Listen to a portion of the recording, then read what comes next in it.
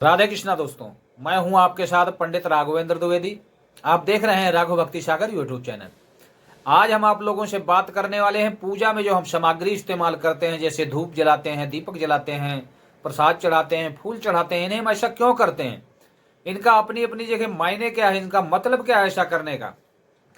सबसे पहले तो आप लोगों से मैं विनम्र निवेदन करना चाहूंगा और आप लोगों को जानकारी देना चाहूंगा कि आपको कहीं भी पूजा पाठ करना है, जो स्थान आपने चयनित किया है, चिन्हित कर रखा है कि इस जगह हम पूजा पाठ करेंगे, उस जगह जब हम सारी सामग्री रख लेते हैं, उसके थोड़ा सा उपरांत हम सबसे पहले हमें धूप जला देना है या अगरबत्ती जला देना है।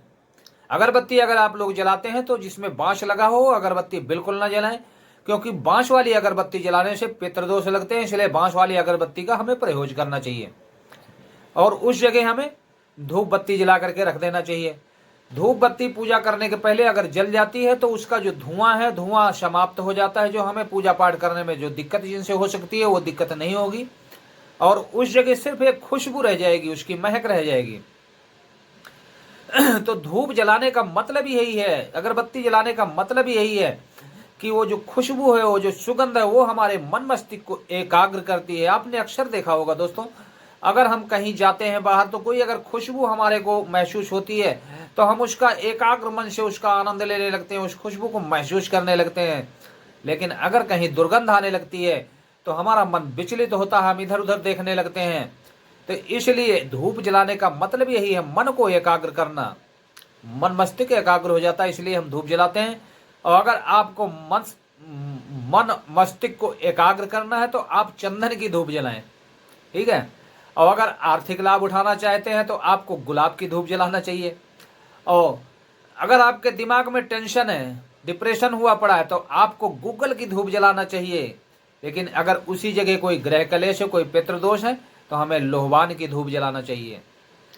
और आमतौर पे पूजा में अगर आप गुलाब और चंदन, ये दो खुशबू वाली अगरबत्ती या हम धूप का इस्तेमाल करते हैं तो वो सबसे बढ़िया होता है।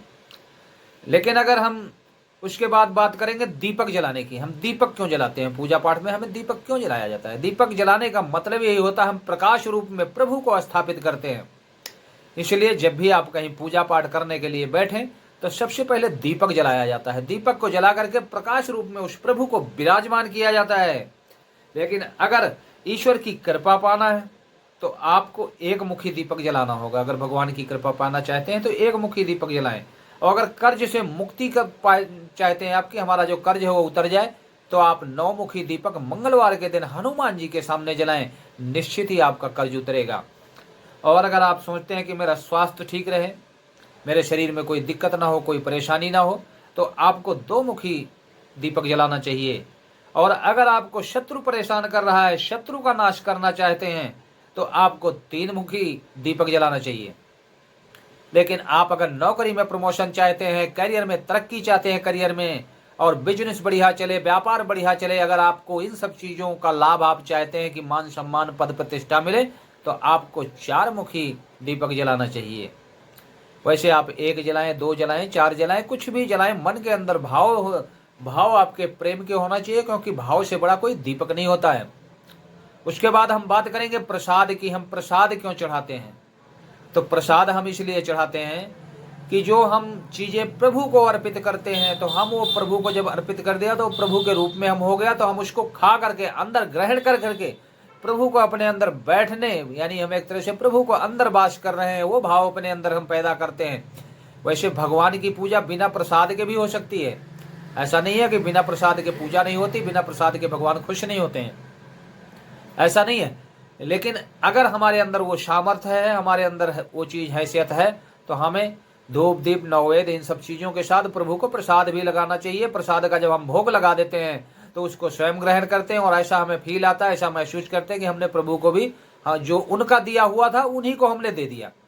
आपका तो कुछ नहीं है। जब भी प्रभु को आप कोई भी प्रसाद भोग अर्पित करें तो सबसे पहले ये कहें कि हे प्रभु, हे माता रानी, जिसको भी आप भोग लगाते हैं, कि आपने जो दिया है, आपका दिया हुआ ही मैं आपको ये दे रहा हूं और आप इसे स्वीकार करो। ऐसा करके और प्रभु को नमन करो, विनती करो, प्रभु आपकी विनती जरूर स्वीकार करेंगे। अगर आपको जानकारी अच्छी लगी हो ये वीडियो की, तो आप चैनल को लाइक करना, सब्सक्राइब करना और ज़्यादा से ज़्यादा वीडियो को शेयर करना।